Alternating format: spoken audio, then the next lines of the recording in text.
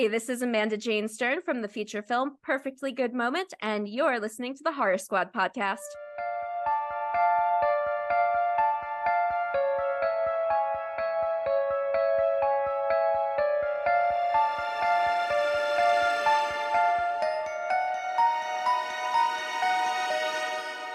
Hello, everyone, and welcome back to the Horror Squad podcast. This is episode number 355, where tonight we will be talking about 2024's The Substance. And thank you to Zach, who chose this movie as his perk for our Indiegogo campaign. So thank you so much, Zach, for donating to the movie and for picking this movie, because I know we're all very excited to talk about it.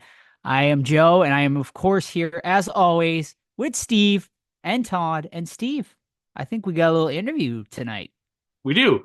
We have a returning guest. So her name is Amanda Jane Stern. She is the co-writer and one of the stars of the film Perfectly Good Moment, which just released on Tubi and on VOD for those who would like to see it.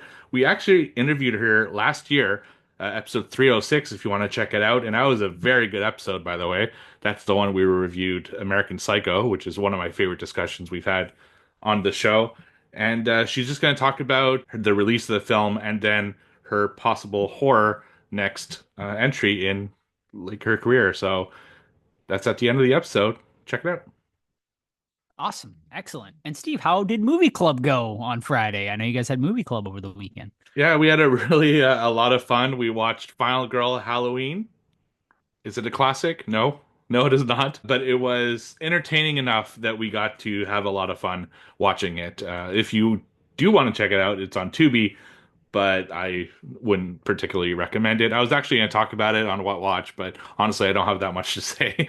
It's trying to be Scream, but doesn't do anything new or fun or anything like that. So, and the twist was like made us laugh at how bad it was, but it is what it is. They voted for it. That's what we watched, and next month we have a Christmas themed movie club, and I'm looking forward to that. That's always fun. Awesome. That is very exciting. I might need to make a rare appearance for Christmas themed horror. We'll see. Depending on what you pick, Steve, I gotta say, can we up these movie choices a little bit? I didn't pick it. It was voted by our listeners. Come on, listeners. I'm gonna call you guys out. Let's get some better choices than Final Girl. I saw everyone's 1-star reviews. I think has there been anything voted on that's gone over like 2 stars on these movie clubs yet? Greasy Strangler. Oh, Grease Strangler. Okay, all right, very good. I think was it Rectuma got like a 2. Oh yeah, Rectum is great. I forgot about Rectuma. Holy shit, it's one of my favorite. There's been watches. some zombie ass did pretty Zombie well. Ass. All right, wonderful. Thank you so much, Steve. And Todd, you're looking very handsome tonight. I gotta say, thank I you. see a revenge poster in the back, which ties into our movie tonight. Of course, same director, so very nice. Yes. Coralie, Steve, I'm sure you can say her name very well. Coralie Farget. Oh, and beautiful! Look at that. Coralie's Lovely. Venge. See? Something I didn't. We could just never make it sound as good as Steve. All right, Todd, you're looking handsome though, Thank as you. always. You Appreciate got your that. revenge poster in the background, Revenge. and Got Maniac Cop 2 poster back there. mhm. And Those where? eyes. What we got? Which question here? All right, what I'm leading up to is What you got? we are just like literally, I think at this point, like 5 or 4 days It's left something like that. in our Yeah. campaign. So this is like the last time you will hear us talking about this before the campaign ends. So a call to arms. Let's hit higher goals. Let's get a bigger budget. Yep. What can you give us a little update on the final episode, Indiegogo? Head over to Indiegogo.com. You look up the final episode. We'll pop right up. We're trending number 3 in movies right now, which is fucking dope. And we're talking people that have like hundreds and thousands of dollars budget. And our little guy, $4,500, 114% overfunded. Fucking love it. Thanks to you guys. I mean, what else can we say? Thanks to you. Give us your hard-earned cash, dude. That means a ton.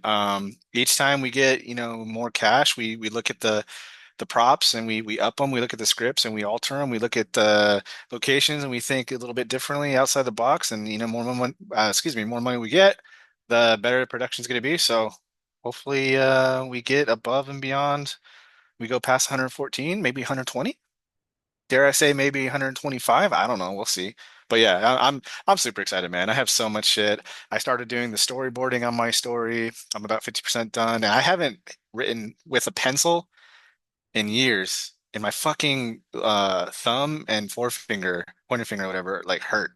It's annoying. I got to put it down because I can't like do it online because I'm not good with like the little like touch pen and everything like that. So yeah, storyboarding all that shit. We're ready to go, man. As soon as we get the money, we're gonna go guns blazing. And we should also mention we're actually on this episode starting to, get those perks going because Zach picked The Substance as part of a perk, which you can pick a movie for us to review, which I believe there are still 3 available if you'd like to do that. We have 7 so far that we're going to do between now and like March, I think, is like just spread out. And yeah, there's 3 more up for grabs. I think it's like 15 or $20. Hmm. Do it, yeah. It's we love just picking. We always pick the movie, so it's cool to get other people to pick for us once in a while. And this one was a choice. And if you're independent, filmmaker out there, or whatever, you want us to review your story, perfect opportunity. Like our schedule is super booked, but this is a guarantee to get it in there before, over the next couple of months. Also, too, physical perks. As soon as we get the money, we're going to order, pens, posters, DVDs, shit like that. DVDs obviously won't come out until the film is done, which we're looking at, late next year. But like posters and all that stuff, once we get it, we'll send it out. So hopefully we get to that stuff sooner than later. All the IMDb credits are already updated as soon as I get the confirmation from Indiegogo. So it's exciting, guys. We're almost there.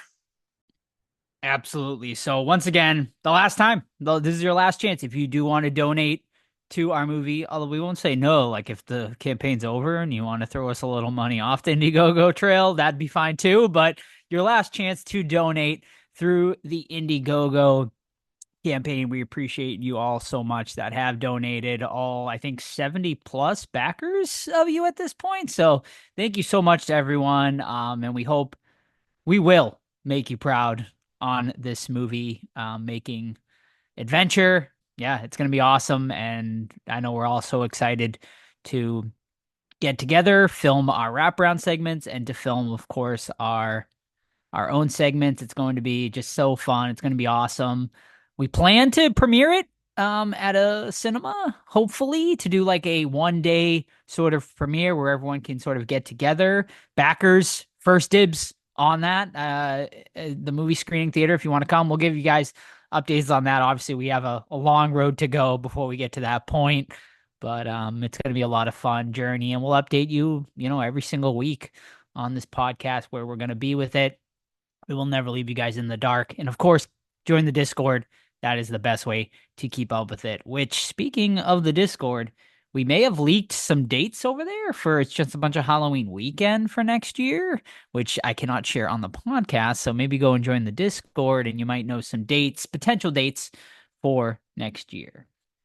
Oh, I should also mention, I'll be at Monster Mania this weekend as of today, if you're listening on Friday. So if you're going to Monster Mania in Oaks, Pennsylvania, I know our buddy Caleb will be there. Big Beetlejuice guy. So he has to go for the...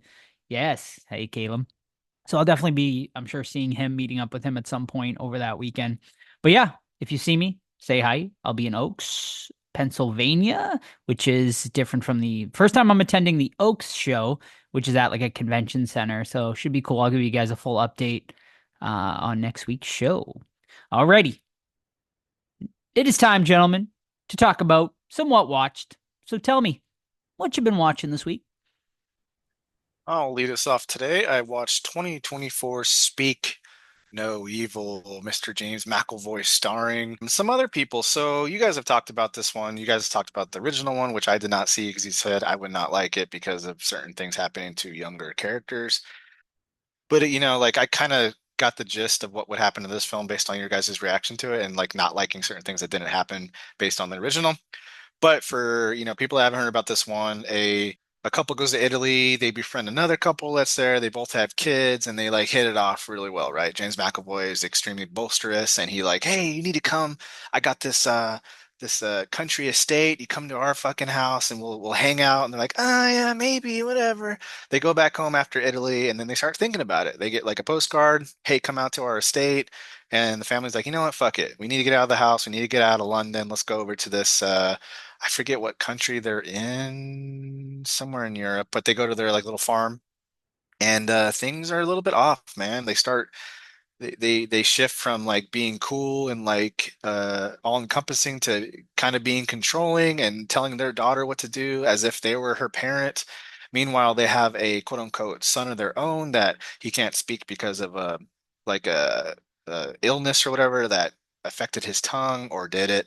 And then he's trying to communicate to the young girl, and we just don't know what's happening. Obviously, if you watch the film, you'll know what's happening because it's kind of obvious. But yeah, and then the family has to figure out how to get away from this potentially volatile situation that James McAvoy is has put them in. I really dug it, man. Like not seeing the original, I have nothing to base it off of. I loved where it began. I love the setup of them kind of befriending them and like pulling them into their little like spider web trap and then coming to their house. And then it's very effective that they're at their mercy because they're out in the middle of fucking nowhere on their compound and they just have to like, they're at their mercy throughout the whole film. You got the little kids there that you have to worry about and things like that. The part where it kind of started losing steam for me was at the end.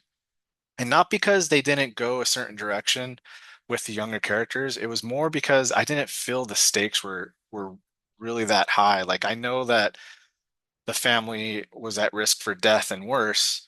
However, they didn't really convey that to me in the filmmaking process, right? So like I don't know. It was just missing some of the kind of that oomph. And it seemed like it wasn't like James McAvoy went from being very kind of scary to like almost comical. Like he gets beat with like fucking like a spray bottle to the eyes and shit like that, you know? Like we're supposed to be scared of this family, but now they're kind of like bumbling idiots. It doesn't make any sense that we went from that scariness to the transition of them being kind of weak. I did like what happened to James McAvoy's character and who delivered the justice to him. I thought that was really cool. But like I said, it kind of lost a little bit of steam. Overall, though, I really liked it, and I think others will like it too. Now, if you've seen the remake and you absolutely love it, you probably won't like this one based on the big change that they did that Steve and Joe both talked about. So that's See No Evil. No, sorry, Speak No Evil, and 2024, and I give it a 3.5 out of 5. Very nice. All right. All right. So my first one tonight is going to be from 2024, and it is a movie called Stream, which you can now watch on VOD. This one directed by Michael Levy, who you might know from Terrifier fame. He was the guy the cop who gets his head cut off in the very first Terrifier movie. He also is part of the production team for Terrifier. Damien Leone does the special effects for this movie, so a lot, and David Howard Thornton stars in this movie as one of the killers.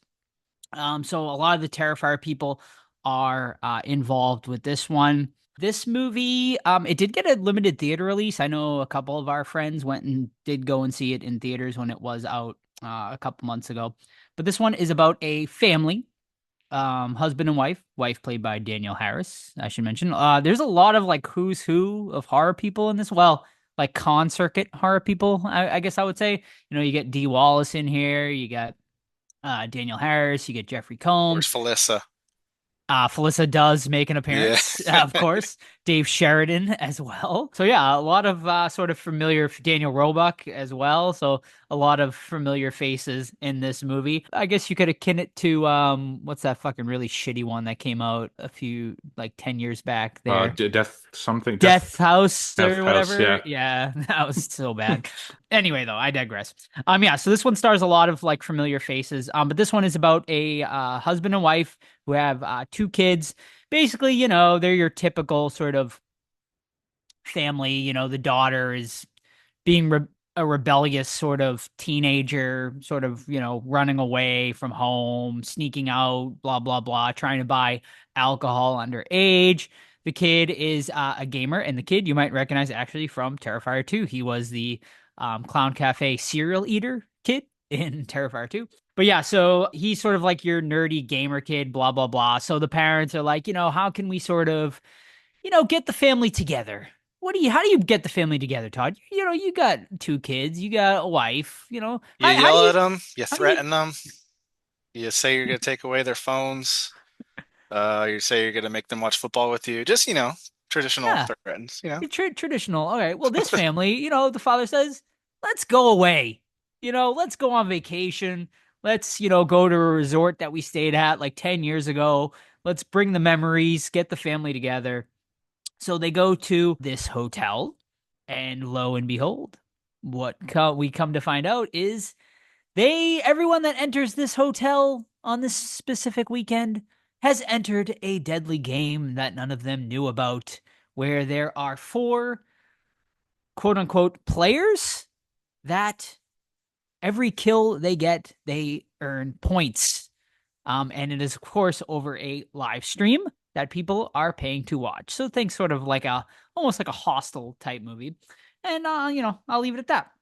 Yeah, overall, I wasn't expecting much out of this movie really at all, just because it's like whenever you get sort of all of these, who's who of con horror movie people in a movie together, it's usually not very good. It's usually just like a cheap cash grab to get people to watch, blah, blah, blah. But, I guess hey, overall, this was a pretty fun watch. The gore and the kills, pretty great throughout. The body count is very high for sure. Man, the biggest issue is the runtime, man. It's like 2 hours and 3 minutes long. Just way too long for a movie. And I definitely felt the runtime, a lot of it. If they had tightened this up, I honestly, this probably would have been like a 3.5. Maybe I don't think it would have ever gotten to a 4, but definitely the score would have gone up had they sort of brought this down to 90 minutes. It was just way too overlong and overindulgent. I gotta say though, like, yeah, man, I like the idea of this movie. It's not like a super original idea. I know we've seen this before, but I liked sort of the sort of video game, sort of like live action video game theme they were sort of going for with it. David Hart Thornton is basically Art the Clown, like in this movie again. Like it's kind of crazy. Like he didn't try to change it up at Is he in all. costume? He wears a mask. They all wear sort of the same sort of gamer masks where like the eyes light up sort of. It's kind of cool. They look cool and stuff, but like his mannerisms are the clown. Like, like I didn't have to guess like, oh, which one is David? Like it was like immediately I'm like, oh, well, there he is. Like, so I think he could have done a better job of sort of changing up his mannerisms, not to make it so obviously Art the Clown-esque. But yeah, man, there's a lot of great cameos in this. There's a lot of fun. I don't think it's a spoiler because it was spoiled like a long time ago, but Tim Curry makes a pretty fun cameo in this, along with some other surprising cameos that I was not expecting to see. So yeah, man, it's a lot of fun. And actually, I think they could actually improve like off of this idea. Obviously, the ending leads it to a potential sequel, and I think there could be a lot of fun ideas explored with this sort of universe. So I would be down to see another one. So overall, yeah, it's a fun time. I think it's a great movie to watch, with like a group of friends if you're having sort of a movie night, because there's a lot of fun kills, and like I said, the body count's high, and there's always sort of some sort of, kill or death lurking along the way. So yeah, I mean, I give it a 3 out of 5. But I think there's definitely potential here for a franchise if they get a bigger budget and just tighten it up. Cool.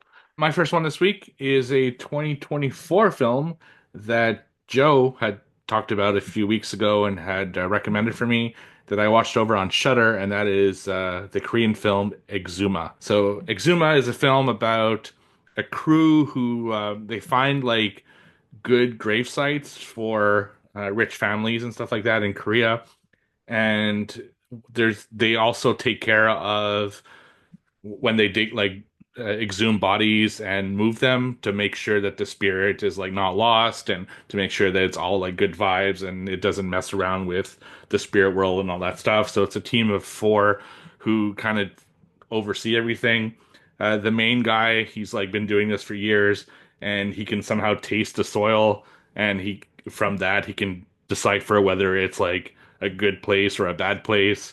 So, we see him go through the process with one of the people they exhume, but then this other family, they're starting to have trouble, and they want to get a better plot for their family, but they hear about this plot that no one knows about from some monk, and they go there, and it's like one of those places, it's only one like tombstone that's there, and it's on a mountain that's hard to get to, and everyone's kind of like suspicious about it because it just looks off.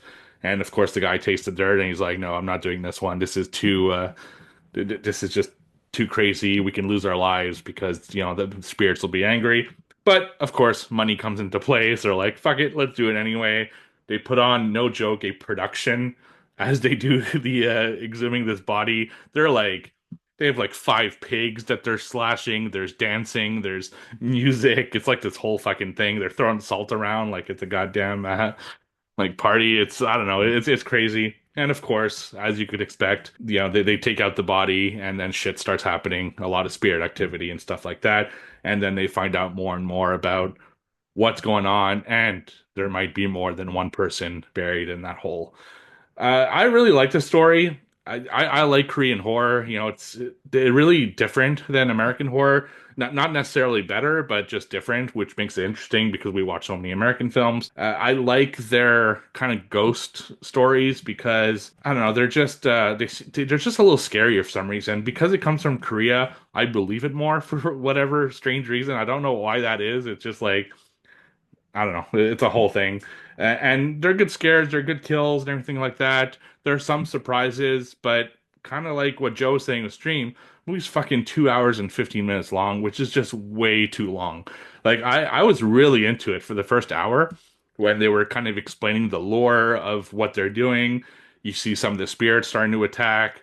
But then they introduce other spirits, and then there's another grave, and then there's something else. It's like, okay, I'm kind of getting checked out here at this point, and by the end, I'm just like tired of it, basically. I still think it's worth checking out. It was something that I enjoyed, but it's just way too goddamn long, man. Like, and it keeps bringing in new elements. You don't need new elements. Like, you were good with the first element, and just focus on that. So that's Exuma from 2024, and you can watch it on Shudder. I gave it 3.5 stars out of 5. This dirt tastes evil. Did he say that at all? Basically, yeah. It's hard to say because it's a Korean. Yeah, Oh yeah. boy.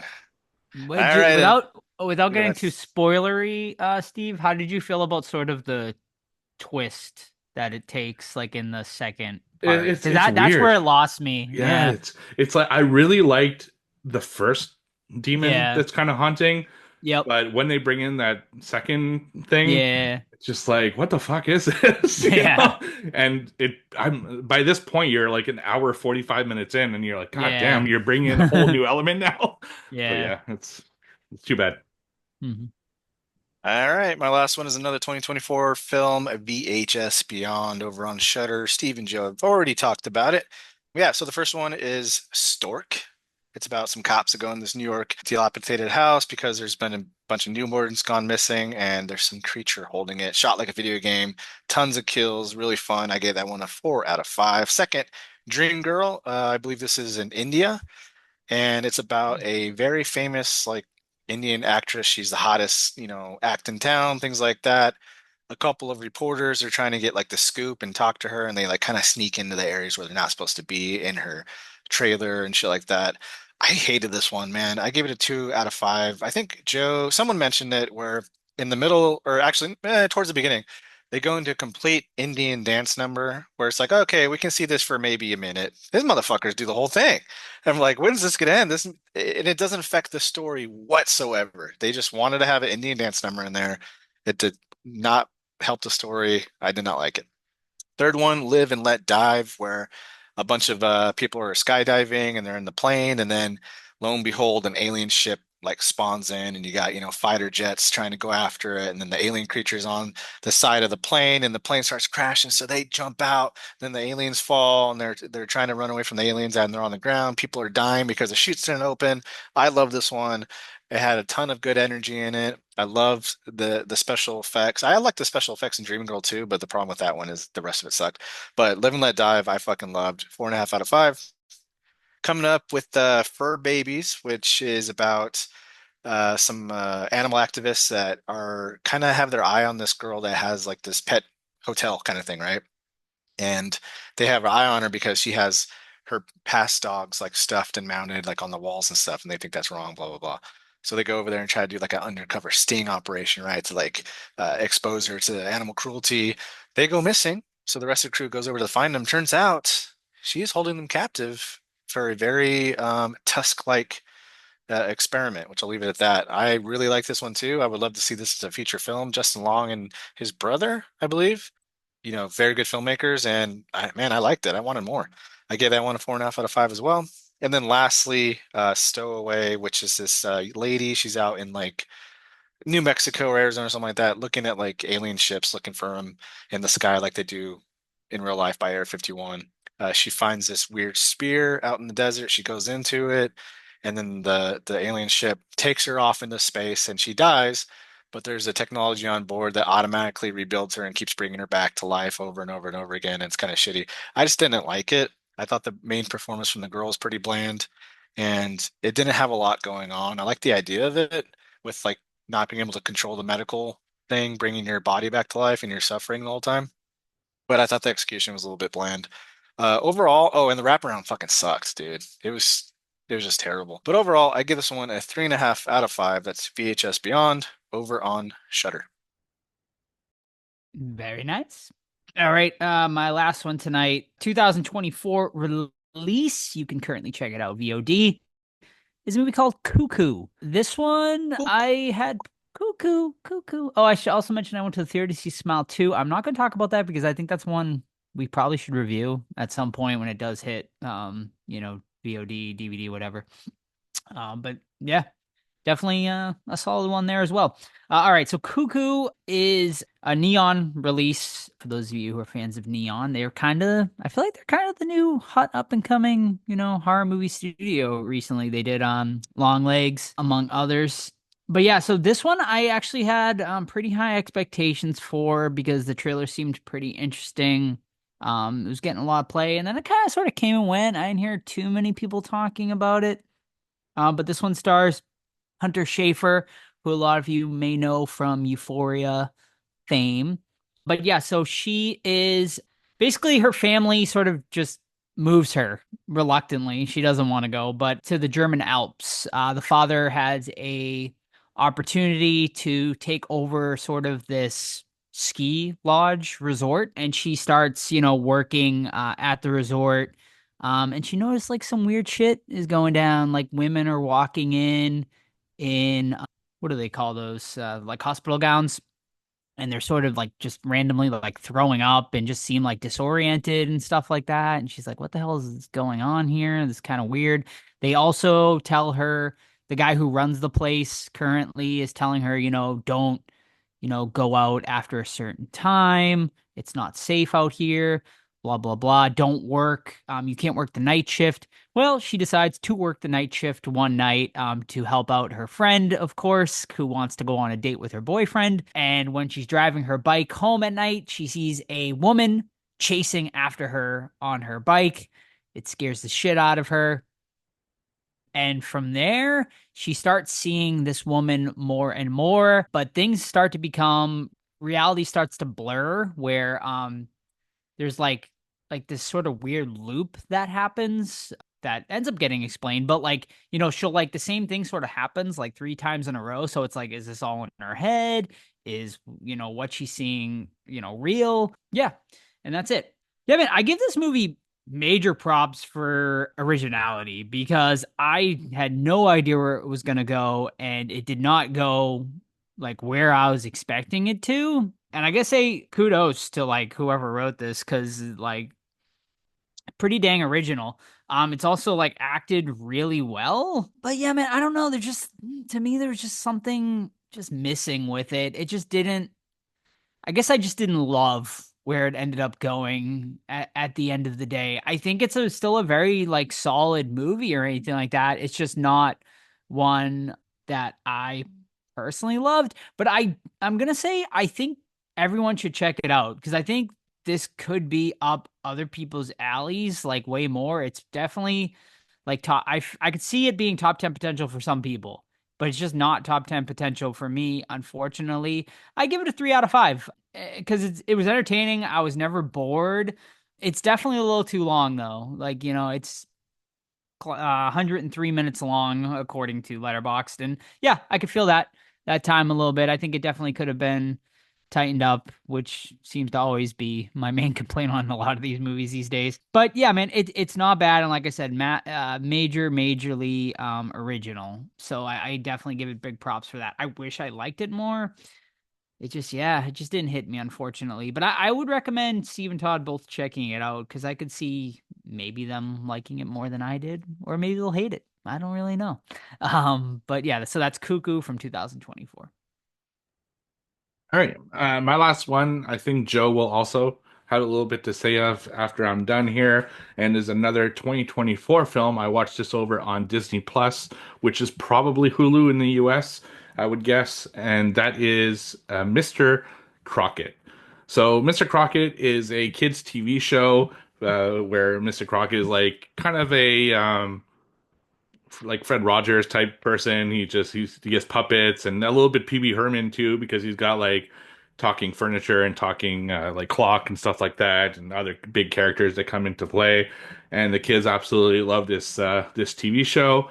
And then you have this one kid at the beginning who's watching it, and his dad is like yelling at him because he needs to come and eat, dinner and stuff like that, and he needs to eat his vegetables, and he doesn't want to do it.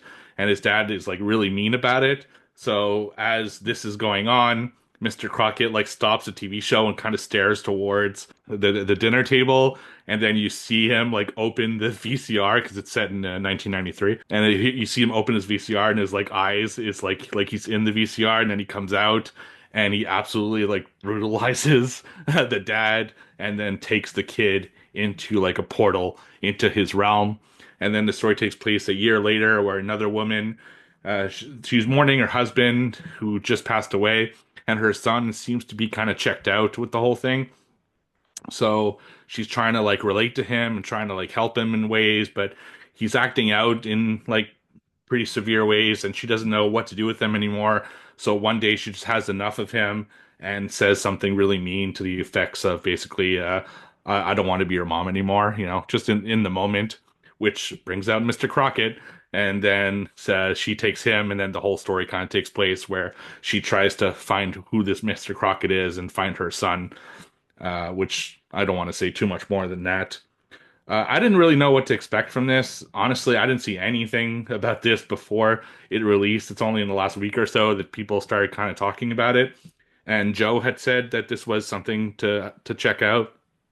And I gotta say, I personally fucking loved this movie. It was so much fun. It's a crisp hour 20, which is perfect for a movie like this. There are really great kills. There are very like out there characters.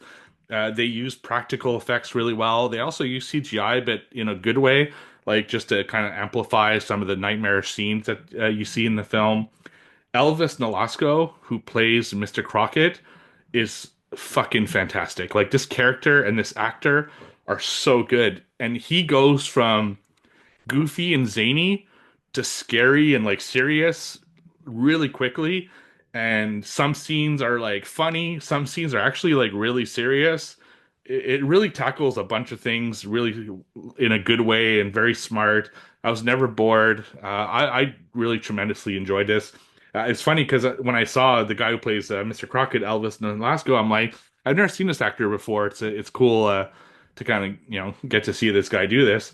Only to realize, not only did I see him, I saw him last week. He was the reporter in Carved, and I had no idea. So kudos to him. And honestly, I think this is one that people should check out. Now, I don't know if people like it as much as I did, but I think you'll at least have fun checking it out. I personally gave it a 4 out of 5. Joe, what did you think of this movie?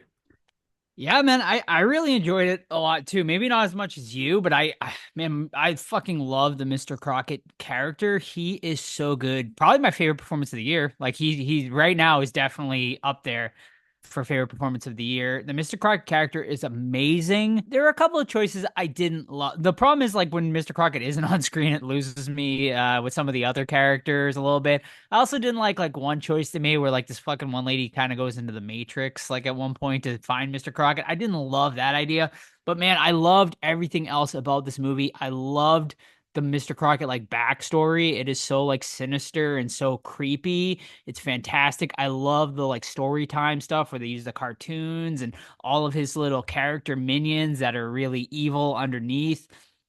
Yeah, man, it's so cool. It's such a cool idea. I think it was hindered a little bit, obviously, by its budget, because I think they could have explored sort of his, like hellscape, like even creepier, and it could have been like way cooler. But yeah, as it stands, I definitely recommend this movie. I love the Mr. Crockett character. I hope they make more. I agree. I think you could really explore Mr. Crockett a lot more, and he could do a lot more sort of creepy and fucked up shit. I also love like the exploration of just like what he was when he wasn't Mr. Crockett too, and I think you could even go deeper into that character. There's just so much there. Like it's such a layered character that we didn't even get. Like I feel like we didn't even like touch the the surface like on that character, and he's someone that kudos to that actor. He gave just such a good performance. And yeah, man, I give it a 3.5 out of 5. I think it's very, very good. And yeah, man, I would fucking love to see Mr. Crockett at a HorrorCon, honestly. Like I would love to see that explored. And it's funny, yeah, I did look him up after and I was like, oh shit, yeah, he's a dude in Carved. I didn't even know he didn't even look the same. Like he changed himself pretty good there. But yeah, I definitely recommend Mr. Crockett as well. And Yeah. it is Hulu on Hulu Okay. here in the States. I think, yeah, there's a scene I don't want to spoil, so I won't talk about the scene itself, but it goes kind of serious for a moment and almost sad. And in a movie like this, you would think that wouldn't work, but it works so fucking well for this movie. And oh man, the acting behind it was so good. It's more layered than you would think. Yeah, honestly, this should be on people's watch list, if only just to be entertained for an hour 20. That's what I'm talking about, people. That's what we Right. want. If this had been another 20, 25 minutes, I probably would have rated it lower, but it knew when to make its exit. And yeah, I hope we get a sequel. I'm personally surprised about like the low rating it has from a lot of people. I don't understand like what the issue people are having with it is, but man, I think it's really solid. All right, gentlemen. Is that Cool. it? That's all of us at a 2024 movie. Interesting. All of our movies for 2024 Yeah. releases? We're at cramming yeah, time. Like it is. Yeah, it's a we're month getting and a to the half, end right? here. Yeah. Hey, what is that spider one you guys liked from Shudder a couple months ago? I need to watch that one.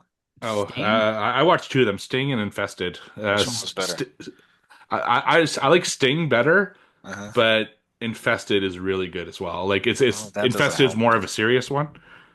Sting is Yeah. a little bit goofier, but they're both really good. Yeah, I wasn't as strong on Sting. I haven't seen Infested yet, but Sting has some really fun moments, like especially at the end. There's like a lot Is of top 10 for Steve? Yep, it Top is 10 now for Joe? for now anyway. no, not Okay. Sting. I'll give Sting no. a watch here. No, I would say, yeah, Mr. Crockett. I'd watch Mr. Crockett is top 10 I added potential. it. I added it. Me Looks too. cool. Yeah. Yeah, because Dang it's it. just so fun. Alrighty. Okay. All right, gentlemen. Thank you so much for that. And now, Todd, bust out that book, baby. I know how big it is. Oh, It's- let me it's get gotten it. even bigger. Oh my god. Arch your back, please. Ooh, lower back, little pain. Getting older, man. Lift up this book. I need to make this digital or something. All right, quarter number 4.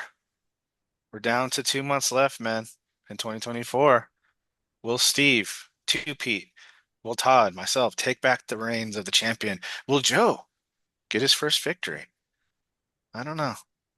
But quarter number 4 is Joe in second place with 8, me first place 9, Steve third 6. That was kind of a weird way to say first, second, and third place, but hey, it is what it is. Who would like to lead off today? And shout out to Joe. At least he has some points, unlike fantasy football this Oh, year. yes. The Tough. 0-8 Joe. Yes. Probably To be only fair, nine by the time. I probably should have won this week, but I didn't check my team day of, and Dude, had a I player that fucking wasn't even playing. No, I texted did you to do update. it. I mean, I updated my team like the night before, and then I just Oh didn't. God. Yeah, another reason to join Discord. We do Fantasy Football Horror Squad Edition every year. Yes. Come on over if you're interested next year. We'll get you in. But yeah, Joe's 0-9. he's struggling this Staring year. down the barrel of 0-9. Yes. Staring down the barrel of losing the season and getting Imperfect that season. punishment. At this point, I gotta just get a win for my own Skimmerink sanity. again. Ah, man, please don't. Well, you need to watch Day of the Dead too still. So. Yeah, Right. that as well. Yes. All right, so yeah, myself 9, Joe 8, Steve 6. Who's going? All right, I'll start us off. Oh, Who wrote The Legend of Sleepy Hollow? Washington Irving. Just kidding. fucked up. Everyone knows that, Joe. Come on. Come on, idiot. I We're didn't know horror it. pros here. We know everything about it. All righty. Match the villain Uh-oh. to the movie. I'll try. Tonight I got probably an easy one, but Okay. you know. You never know. Tonight we got Horace Pinker. Say that again. Horace Pinker. Horace Pinker. Is that Oh, I didn't have a fucking clue. no, I got an idea, but I can't think of the It's title. a movie we have all watched. We have all watched it. I know if I say any kind of did hint, we review it on the show, or is it just We did. kind of. Oh, we did. Yeah, we did. kind of, or we did? We did. No, we did. We did. Okay. It's Shocker. It is Shocker. Yeah. Okay, cool. I was Horace drawing a blank on Pinker that. from Shocker. That fucking more, name. more like kind of, because we kind of, yeah. I mean, it was during our Wes Craven yeah. Well, retrospective. technically, you did. I was misled. All right, I'll take over then. In the film we all watched, but we didn't cover, Strange Darling. Yes. We all watched that one, right? What Indeed. is the couple's safe word in the sex room? Oh, that's a good question. The sex room. Banana. Banana. Incorrect. That's from Family Guy. Pineapple. Pineapple. Incorrect. You guys are both way the fuck wrong. Do you want to try again? Yeah, I was just kidding. Okay. I knew that was from Family Guy. The That's sex when room. he dresses as Grimace. Or no, she dresses as Grimace. As Lois. Okay, well, I'm just killing time here. Hamburglar? Hamburglar. I don't know. Nothing? Okay. I don't remember. All right. Joe? Anything? No. All right. The answer is Mr. Snuffleupagus. Oh, yes, Is the of course. sex safe word, which Sesame Street. Sesame Street, yeah. Nice. That big ass fucking Whatever he is, he's whatever like it a. is. Is he like a woolly mammoth? He's sort of? something. He's some kind of An- Sasquatch looking An dude. imaginary woolly mammoth. There you Hmm. go. Something in Mr. You could see in Mr. Crockett's world, I feel like. Ooh, Yeah, we're really absolutely. selling Mr. Crockett up. Well, Get him on the pod. that'd be awesome. All right. All right. It's Oh, not- is it Sorry. you? Yeah. I was lazy this week because I forgot to do trivia. So all three of my questions this week are name the subtitle of the sequel. So I'm going to give you sequels, and you tell me what the subtitle of that sequel is. All Okay. right. And Kayla, please send in more trivia for us. Oh, there's still a big because list. we're all out. Is it still a big list? I feel like Yeah. we've gone through most of it. Oh yeah, probably. Well, we all all got right. different lists, right? Yeah, did. I think we had did. to, Yeah. All right. So first one, From Dusk Till Dawn 2. Texas Blood Money. Correct. Yeah. I don't think I've ever seen it. I've only It's seen got the original. it's got Terminator in it. Terminator 2 in it. What's his face? Yeah, Robert Edward Patrick. Furlong. Rob Patrick. Oh, okay. No, not Eddie Furlong. Is it 2 that has Bruce Campbell, or is that 3? It's 2. Yeah. Yeah. 2. Oh, I started a show with Bruce Campbell on Peacock. By the way, it's What's called Bruce doing? It's called Hysteria. It also has Mhm. Julie Bowen in it as well. There's definitely Okay. some horror ties to it. It takes place in like the 70s during Satanic Panic. Oh. But basically, there is a satanic murder in the town, and these kids who have a metal band decide to turn their metal band into a satanic ritual band to capitalize on the satanic murders going on in the town. And Bruce Campbell plays the police chief Nice. on the show. So yeah, we're only 2 episodes in, but yeah, not bad so far. Let me guess. He's sarcastic. Very Stranger Things. Actually, not really. Really? Damn. No, he's pretty straight laced. He's like the good police chief, being like, "Hey, Oh, just wow. like, yeah, like he's not all that sarcastic in it." Surprisingly. All right. All right, 3 Letterboxd reviews. Can you guess the movie? Try. All right, number 1. Far too superficial to function as a social commentary. Far too void of tension to function as a horror film. Far too void of wit to function as a comedy satire, and far too obnoxiously cliche-ridden. It so desperately wants to say something about how we communicate with technology so badly, despite lacking any sort of substance or thematic depth, that it completely forgets to be a film. Okay. Wow. Okay. Okay. Number 2. I think I went into the wrong Toy Story movie. Okay. Interesting.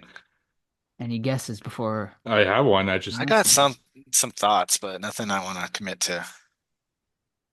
Okay. This should be the dead giveaway on the third one, but we'll see. Okay. I really enjoyed this movie more than the original. Child's Play remake. Correct. I didn't even finish, but Yeah. yep, you are correct. I said Let's go. before killing a dude, he even says this is for Tupac. Well, I guess to each his own, but Yeah, original kind of trumps this one. All right, back to Strange Darling. Steve loved it. Yeah. What is the serial killer nickname given to the serial killer in this movie? Don't say who it is because that will spoil it. Yes. So just give me like La Baba Skin- Yaga. I don't fucking remember this movie at all. Like, Oh, Baba Yaga. What is John Wick? yeah. I know it. Well, actually, wouldn't it be a spoiler? Don't say the second part of it then. The electric. Correct, Mhm. Jeff. Mhm. I'm sorry you didn't like that one, Steve, because I fucking loved that one. I loved it, man. I'm Yeah, gonna it's hate it more now easily- if I'm losing trivia for it. It's probably like top. It's probably top It's- 5 for me right now. Me too. Yeah, me too. Yeah. I mean, I didn't hate it. It's Yeah. not like it's Oh, my now he bottom, wants to but- not hate it. but it's not my top. Way 10. to be cool, Steve. I mean, it's no fucking Mr. Crockett. You know what I'm saying? All right, Amityville Horror 2. The Awakening. Wrong. Amityville Horror 2. I like The Awakening is a good. Yeah. Yes. It's a good guess. Makes sense. I may feel too. The Next House. Oh, Wrong. You guys want one more guess, or you go? yeah. Let's see. You're in the right like ballpark, I would say. Who is him? You or are. me? You are. Well, it's I am? definitely not next to the next house. The neighbor. Yeah. The Awakening. The Uncovering. No. And Joe, you want one more guess? No. I got nothing. All right. It's The Possession. The Possession. I have never seen past number 1. Yeah. Fun fact about Amityville 2. Same. Well, Uh, I've seen the remake. Oh, me too. The two main characters are brother and sister, but Oh, you wouldn't know by the way they act in that movie. So oh, yeah, it's quite incest gross. action. Okay. It's very weird. Strange direction. And totally like not needed at all. Like there's no reason for it at all. Says you. Yeah, it says me. Big Yeah, kink right, shaming says out me. there, dude. All right, my turn. It's Joe. Joe, Me? sir. Last one. Yep. Alrighty. Guess the movie based on the IMDb information. Mm. This movie was released in the year 2000 Ah. with an R rating, clocking in at 1 hour, 38 minutes. Categorized as slasher horror, splatter horror, supernatural horror, Hmm. horror, and thriller. What? And Thriller. teen horror. as well. Teens too? Yes. Everybody. Currently sitting at a 6.7 out of 10 over Pretty good. on Not IMDb bad for a slasher. Yeah. with a Metascore of 39 out of 100. Oh. A little bit of a difference there. A little bit. Yes. Director James Wong. James Wong. Yes. Juan or Wong? Wong. W-O-N-G. Yeah. WONG. Okay. James Okay. Wong. Starring Kristen Cloak, Roger Guinevere Smith, Chad Donella, Amanda Detmer, and I'll give you one you may know, Mr. Daniel Roebuck. Tagline: Face your deepest fears before they face you. 2000. Would you like more taglines? There's Yeah, a lot to this sure. movie. Throw them out. Okay. A film that decapitates Scream 3. Interesting. That's one way to put it. Here's another one. On March 17th, figure out when it's coming back at them. I don't know. I'm I gonna have go. Zero clue. Well, hold on. I'll Oh, give you. it's I'll not give you. done. Well, no. I'll give you some. I'll give you some guesses, and then I'll throw out a couple more actors. I know what film it is. I want to be sure. Oh, he Okay. knows. Oh, I who do. knows? Oh, Okay. I will give another actor. okay. Sean William Scott.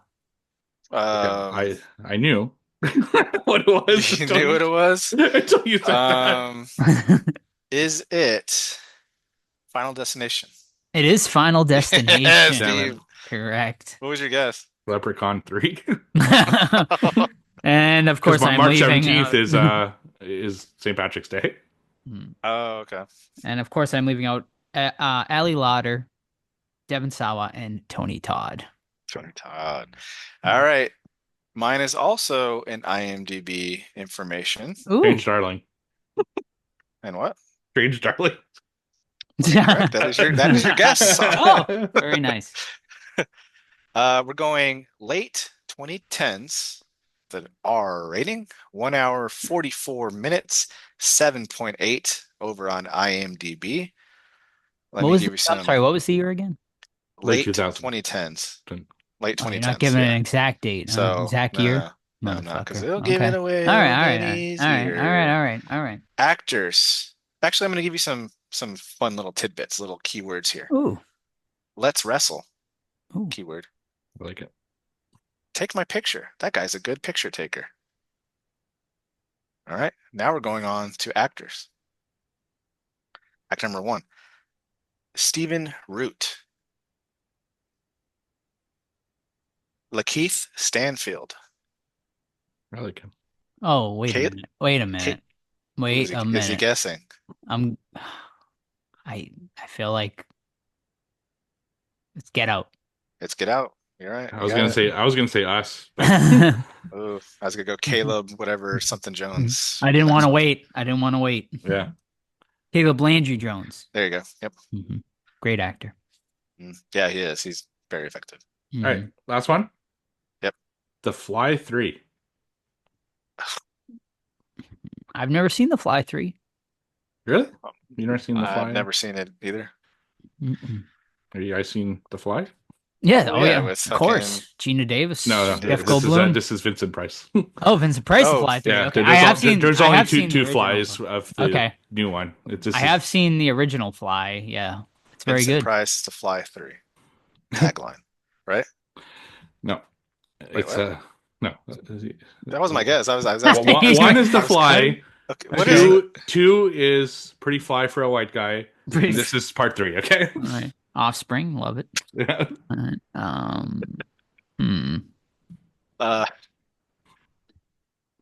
The Beginning. Wrong. The Fly 3. The Third. Fly Harder. The To Awakening. Fly. Hey, that's fine. To Fly. Too Fly, Too Serious. No. So the answer was Curse of the Fly. Curse Too of the... Fly, Too Furious. Yeah. How many Vincent Price flies are there? 3. Are they good? All right. No. No. Oh, the first one is. The first one's great. Yeah. Yeah. Never seen the I original don't think or he's in any of he's those. in the other ones though. I think it's just someone playing that character. All right. Is that all? That's you it. wrote? Steven with the goose egg tonight. Myself, powerful, strong, witty, handsome. 4, Joe, equally tall, strong, witty, handsome. And Steve's you. witty, handsome, tall as well.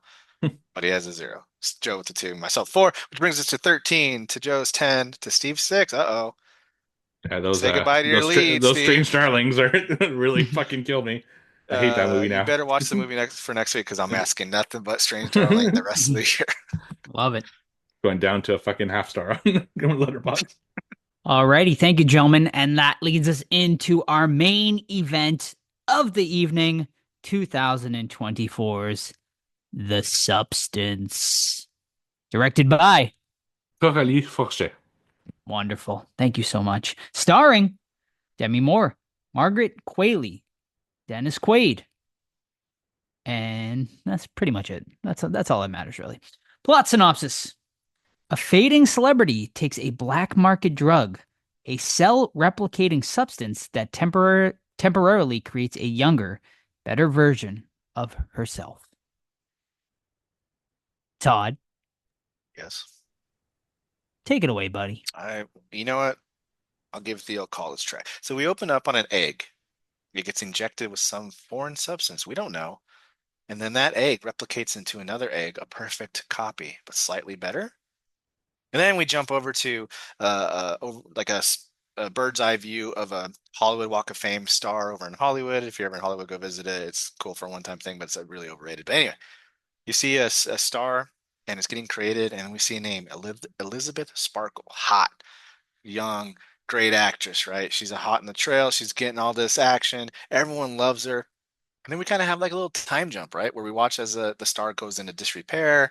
People once fawning over it say, "Oh, that's Elizabeth Sparkle." Now they're saying like, "Oh, who's that? Was she in a movie like 30 years ago?" I don't know. People are dropping shit on it. It's getting like cracked. No one repairs it, and it goes from her being special to unfortunately not anymore, right? Then we jump a little bit more forward, and we are watching Elizabeth as she hosts one of those old school women-based focused exercise programs where they're all in spandex. They're all going like, "Lift your legs, girl. You got it, girl. Let's go." And she's doing her thing. She's looking great. She looks great, but she's an older woman. She gets off the filming. She goes to the bathroom. She accidentally overhears the big time producer played by Dennis Quaid. He's a fucking prick. He's like, I don't care. We need to get someone that's young. We need someone that's hot. Talking about Elizabeth. She's fucking old. How old is she? She's fucking 50. No, she needs to be gone tomorrow. And then Elizabeth obviously overhears that, becomes very upset. Lo and behold, she does get fired by Dennis Quaid's character, and then booted off the show, and they start hunting for the next big hot young actress, right? And now we're stuck with Demi as she's trying to come to terms with not being young anymore and being older and being overlooked for younger actresses, right? And she gets in a car wreck. She goes to the hospital, and this young hot doctor is like, "I got to do an exam on you," and he starts filling up her spine, and she's like, "Something wrong?" He's like, "No, you're a perfect candidate. I mean, you're good. You're fine." She gets in the mysterious letter in the mail saying, "Do you want to try that?" Or no, sorry, he gives her like he gets like a USB thumb drive or something. She plugs in the TV and it shows like a trailer, like, "This is the substance. Do you want a better you? Uh, Call us at 555 blah blah blah." Initially, she's like, "This is fucking trash." Throws it away until she gets drunk, and then she grabs it out of the trash and she calls a number, and he's like, "Yeah, come to this creepy ass fucking alley, get your box." And she takes the box home. It tells her how to perform the procedure. She injects herself, and then this younger version of herself literally is birthed out of the like an open cavity of Elizabeth's character. We learn that every 7 days you must switch back with your older self by having like a blood transfusion, or there will be serious consequences. So we follow as the young version of Elizabeth, now named Sue, goes through Hollywood, and then we follow Elizabeth as she becomes detached from reality, becomes depressed, starts losing mental capacity, as well as having physical repercussions from this procedure. This one, honestly, I am waiting to talk to you guys to see how I really feel about it, because like I really enjoyed it. I appreciated that it went fucking crazy. I did not expect for it to get to the point where it goes to, especially at the end. I thought it was just gonna be like a, like good versus evil kind of thing, but it really wasn't. Like body horror is off the charts. Bunch of like gross out things that are happening to your body. I feel really bad for Elizabeth. Like it sucks that she has to go through what she goes through. The message there is clear as day. It sucks that women are judged harshly by their looks, and stuff like that. And you got the piece of shit Dennis Quaid being a cunt the entire time, fucking being mean to everybody. He's a fucking asshole. But yeah, I just don't know how I feel about it, because like it has a lot of stuff great on paper and a lot of stuff that I saw I loved, but the pacing was a little bit off, and I felt like we saw the same thing over and over again when they kept transitioning back and forth between characters. So I'm really waiting to hear what you guys said. So overall, my initial impression is I liked it. I don't know if I love it. What do you guys think? Yeah, man, this one has been getting a ton of buzz, so I was definitely really excited to check it out. And yeah, man, overall, I thought it was great. I mean, it's just like the acting, everything is just great about this. The acting, the way it's shot, where it goes, the messaging, like it's just like, man, kudos to the director. Like, I mean, we loved Revenge, and I think this is a whole different sort of beast she got into. But just obviously she wants to tackle like important issues that she feels as a woman and stuff. Honestly, I wish we had a female voice for this review because I feel like it's pretty important for a movie like this. Like what women deal with, in society. And, this movie sort of focused on the Hollywood, but it's not just obviously, women in Hollywood and what they have to deal with as they get older, but just women in general. Yeah, man. I mean, Demi Moore just fucking slayed it. I feel like she was not afraid to go to some really weird places. And kudos to her. And yeah, I mean, kudos to Sue, Margaret Qualley. Them and their dueling performances were just, fantastic. My biggest, I guess, issue with this movie, and we'll get into it later, is I guess I don't fully understand why Elizabeth would even like how this is benefiting her, like at all, like, and why she continued on with it. And I guess it was just because she was grasping onto anything. Like if she wasn't going to get that fame, like at least she knew it was like a part of her, I guess, was getting this fame. I just wish like there was like a connection there between the two characters so they like remembered what each other were doing, like some way, somehow. I feel like it would have made a little more sense of why Elizabeth was clinging on to it. But yeah, man, I mean, that's really my only gripe about this movie because I think everything else was pretty fucking fantastic, especially like you mentioned, Todd, the body horror, which holy shit, like, it just like towards the end there, I was getting like society vibes for sure. It got fucking wild. So I'm closer to Joe on this one. I think the movie's fucking fantastic, brilliant, like one that can go into so many different metaphor discussions and everything like that. I have a whole theory about this, what this movie was actually about, but I'll say at the end because it's going to be a whole thing. But I just thought it was so fucking good. I mean, like you said, the way it's shot, the music, the acting, it just the how bold it is to go into places that I really didn't expect. I mean, so when I write my notes, I write them like as I'm watching the movie. And really early on, I wrote, I can't believe there's actually nudity in this. I didn't expect that. Well, guess what? The whole fucking movie is nudity after that. It's actually pretty crazy that they actually went there and were like, brave enough to show basically everything and close-ups too. Like there's so many ass shots in this movie of everyone basically. And it's not till really near the end that I really truly grasp what this whole thing was kind of about. And to Joe's point, I was feeling the same way where it's like I don't understand what Elizabeth is getting out of this whole thing until I saw the end, and then I understood what Elizabeth was getting through this whole thing. So I thought it was just an absolute great film. My only knock on it is something we've already talked about in this episode and is a constant complaint. I thought it was a bit too long. And it's also very jarring how it goes from basically, they're switching back and forth, and all of a sudden it's like they rush to the end, I feel, which is a weird thing when the movie is so long. But I don't know, there was kind of like an awkward transition between things going well and then things just going absolutely batshit crazy. But other than that, I think this is almost a masterpiece. Wow.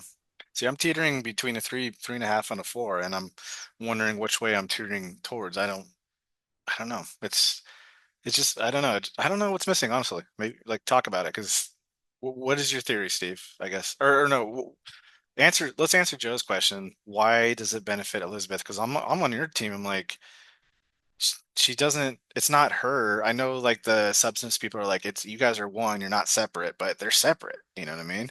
So like, how's Elizabeth benefiting from this at all? Because no one knows that it's Elizabeth's body except Elizabeth and Sue. You know what I mean? In my opinion, this whole movie, it's the same person. It's just a way, the way she feels. You know how people have days where they feel amazing and they feel like they're out there and getting it, and other days they feel like they can't even go out. They're afraid to like face society, and she stays at home and she just becomes like essentially a recluse because of society like being so mean and everything like that. And I think it's basically the duality of her own mind. Like she's basically fighting herself, and the better she performs as like her Sue self, the worse she starts feeling about her Elizabeth self, which is represented in the movie as her decaying in different ways. So I think none of the movie basically is actually what we're seeing on screen. It's all her inner demon kind of fighting each other. Yeah, I mean that makes sense, honestly, a lot. It's not like the way I kind of looked at it. I was taking it more literal because like I was just the whole time I was like, okay, this is like a metaphor about what women deal with like in society, with society and norms. But I think that's another great way to look at this movie. I think this is definitely extremely layered movie, obviously, and it reminds me a lot of stuff like you know, not a great example, but sort of our discussion of Late Night with the Devil, where you could go and do a lot of different sort of avenues and alleys with a movie like this. I don't think it's all like surface. I mean, I think the director wants you to sort of make up your own mind in some ways. I mean, obviously she has a lot to say, but I think she also is like, how are you going to take it? How are you going to perceive it? And I think that's what makes really just like a great sort of filmmaker. And I mean, she is fucking holy shit. Like I mean, she's 2 for 2 now of the 2 movies we've seen from Coralie, and I think she's one of the best directors going now after watching this. I cannot wait to see what she does next, and I love that she's sticking with horror, even though like maybe this wasn't horror per se until we get to the very ending. And then it becomes massively body horror. But before that, it's just, it's basically just sort of a character study on Elizabeth and Sue for the most part. Yeah, let's talk about Dennis Quaid eating seafood. That's That probably the that grossest was scene in the fucking gross. movie, man. Right. Yeah. Yeah, he plays his role perfectly. It's just Oh this yeah. sleazeball Hollywood piece of shit producer. And I Yep. gotta like Margaret Qualley, her and Demi Moore are both beautiful. Hmm. Margaret Qualley's a smoke show. Demi Moore, man, I gotta give her so much props because she put it like I think Steve mentioned someone. She both women put it all out there, but she puts it all out there as an older woman. You know what I mean? Hmm. Like gosh damn, she fucking committed to this role, which you don't see a lot of at all. And No. I just felt so bad for her the whole movie, man, especially as it got worse and worse for her. And that's a very interesting point of you saying, Steve, that it's essentially all in her mind. What would you say after she gets fired or when she meets that guy on the street that's like, Yeah, "You're the craziest girl in high school." I think after she gets essentially what is probably like Botox or plastic surgery, whatever the substance, right? The substances are plastic I think, surgery to yeah, make her younger, right? Yeah. exactly. I think the Yes. substance is where the downfall starts, where it rejuvenates her career, it rejuvenates her life, but at the same time, there's also it kind of hides or it brings out her inner demon and her Right. insecurities. So I think the substance is kind of the catalyst behind It's like, everything. right. No, I mean, it makes sense. Like, just because you're making yourself more beautiful on the outside, like it's making you feel worse about yourself on the inside. So yeah, I mean, I didn't even think about that, Steve, but yeah, it's a really great analogy. Yeah, and I also love, like you said, no, Dennis Quaid, not Randy Quaid. Dennis Quaid's. This would have been a lot different movie if Randy Yes, it Quaid was playing the was. Sweet. character. Yeah, I loved like the way that they shot him. Like Mm. yeah, like you said, he's basically the kind of Hollywood producer. The He Harvey Weinstein in this movie for Yeah, sure. he consumes like a fucking pig, and he's an asshole in every scene that he's in, and like his little fucking like old men minions who, they have all the money and everything like that. And at the party at the end, it's really well shot. Like you could feel kind of the pressure that they're putting on, Elizabeth or Sue or whatever, to be what they want to see, not who they actually are, and it's really well done. Can we talk about someone? Do you think I get to assume Corley is some sort of horror fan because the substance with the green vial, right? Like Reanimator, hello, For like sure. definitely had a Reanimator homage there. And then also the Shining room That there where hallway. that hallway that Yeah. like it literally has the Shining sort of carpet thing going for it. Like, yeah, like I feel like she was paying like all these sort of, and then like I said, like a society Society, or big time. for Yeah. sure, like Yeah. towards the end. So yeah, it was interesting, sort of all these sort of little things that, I definitely want to check out an interview with her to see what she has to say about.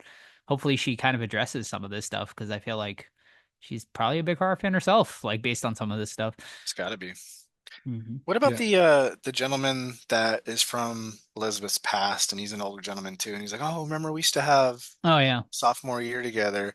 I guess Mhm. that was like the turning point where she either chooses to be happy or chooses to remain in the system, and unfortunately, she remained in the system, which was a big bummer. Yeah. But I loved that scene, man. It was so like good, sort of that whole sort of breakdown of her like getting ready in the mirror and stuff. Like it was very sad. It was heartbreaking, you know what I mean, to watch it. But man, I mean, once again, just fucking man, Demi Moore deserves like award recognition for this movie. I don't think she's gonna get it, unfortunately, because of where this movie goes or heads. But man, like I hope this movie gets some sort of at least like nomination because she deserves it. And if not, I think Cora Lee deserves it for a director nod or something. Like it does have like I think it's very highly regarded by critics. So maybe we will get some luck with this one, but we'll see. But that scene, yeah, is fucking. I love that scene. Heartbreaking, but also like you can like yeah, I mean you can feel like sort of the struggle Well, that yeah. she's dealing with and just like everything, just sort of the tragedy of it all. It's like she didn't know how to be normal. Like she Right. didn't know what she's supposed to look like to someone who isn't part of the Hollywood system. Or like, it's like, how am I supposed to present myself on this date? Like, what are the expectations? And she kept going back to the bathroom and like resetting her makeup to make it different. And then she keeps hearing like the interview, like the people like talking as a flashback, and it's just, oh God, it's so fucking well made. And I agree with the awards. I don't think it will because it's such an extreme film. But all the credit to both of the actresses. Kudos to both of them. They're great. So, do you think sort of the slow decay of Elizabeth is that are you interpreting as that sort of her internal sort of decay? You know, because obviously Sue stays. You know, Sue she doesn't follow the rules. You know, she's like oh I need more time, I need more time, I need more time. So you just think that's sort of the if we are to take your sort of theory that it's all really Elizabeth, you think that's like an internal thing that we're Yeah, seeing? I think it's her resentment Mm. towards her fake self being Hmm. super popular and Yeah. no one actually knowing what the real her is like.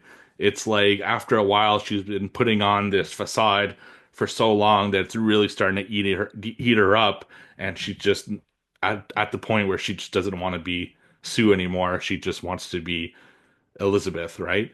And that is what leads us to the amalgamation of both, which they call Eliza Sue Monstro, which is basically her coming out as herself, but also still trying to maintain somewhat of the image of Sue, and it just goes crazy from there. Yeah, I mean it does make sense because like obviously like we see the younger doctor or the guy working at the hospital that's like this changed my life or whatever, and it's yeah, I mean if you give your plastic surgeon's number to this woman, hey, it changed my life, you know what I mean, and then he's sort of like, is he eating away at you, or has she started eating away at you yet? And man, the slow decay is done so fucking well. Like just it starts off with sort of the witch finger, which you're like, oh, like, what the fuck is going?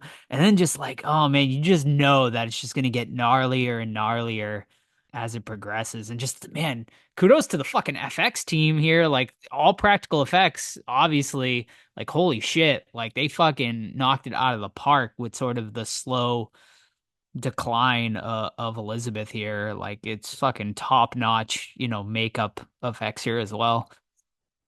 So how would you guys explain, and I think I know Steve's answer if it's in her mind to make sense, but how would you explain, Joe, Sue able to kick Elizabeth like 20 feet through the air towards the end there? Yeah, I mean, right. I mean, yeah, I mean, I guess I mean, obviously this movie isn't based in any sort of like reality, so you sort of can just go with pretty much anything that happens in this because it just gets so fucking wild. But yeah, I think Steve's right. Like the more obviously like I think about it, you know what I mean? Because like even like when she's like obviously the very ending where like she looks like a complete fucking I don't even know how to describe it, and everyone is treating her like she's normal, right? Like they're all like, clapping for her. They're like, you look beautiful, you look amazing, or whatever, you know? So it does make complete sense. And then clearly like the way she cuts the magazine out and just like pastes it, on her face and puts like the lipstick on and stuff. Yeah, no, I think like now that Steve sort of explains that, I think that's definitely the right way to take this movie. I think he's 100% correct. Yeah, I agree. And that kind of made me see it in a different way now. It makes more sense if it's in Hmm. her mind, because Hmm. or Hollywood's just so fucking vain that Not just in her mind, but I think the give a whole movie shit. obviously is just very metaphorical, right? Like with its messaging and whatnot. Well, it's got to be in her mind, right? If or Well, like the is internal that stuff happening to struggle, like her? Like, does she see monstrous stuff, or she that's just what like she's. I body think dysmorphia kind of thing? that's Yeah. what. Yeah, yeah, 100% body dysmorphia. That's like what she sees when she looks in the mirror, right? She Whereas everyone sees, else sees Sue. yeah, well, Elizabeth, Well, yeah, yeah, Elizabeth, right? but and I like how even in her monstrous form, she still tries to look presentable. So she puts on earrings, even though the ears are like totally, Right, yeah. apart, and she puts the face on with lipstick. And as she's doing this, you hear the voices of the people who told her, like basically, what they expect, right? That you need to smile more. So that's why she puts Hmm. the makeup on. You need to look present, so you need to be young and hot. And that's as she's putting on those, kind of the different faces. And it's funny because when she first shows up as like Monstro with Demi Moore's face on it, it looks Yeah, it's something right out of crazy. South Park. Like Hmm. it's just like that's the kind of thing they would do, which I thought was fucking I, hilarious. I was thinking mutant from the movie 300. Like, I'm Oh like, oh, yeah, this yeah. looks like the mutant from 300. Or Belial from Oh, yeah, Basket Case. yeah. Yeah, basket case. Yeah. Yeah, and then it I think that theory kind of goes to the end. I think she bombs the reveal.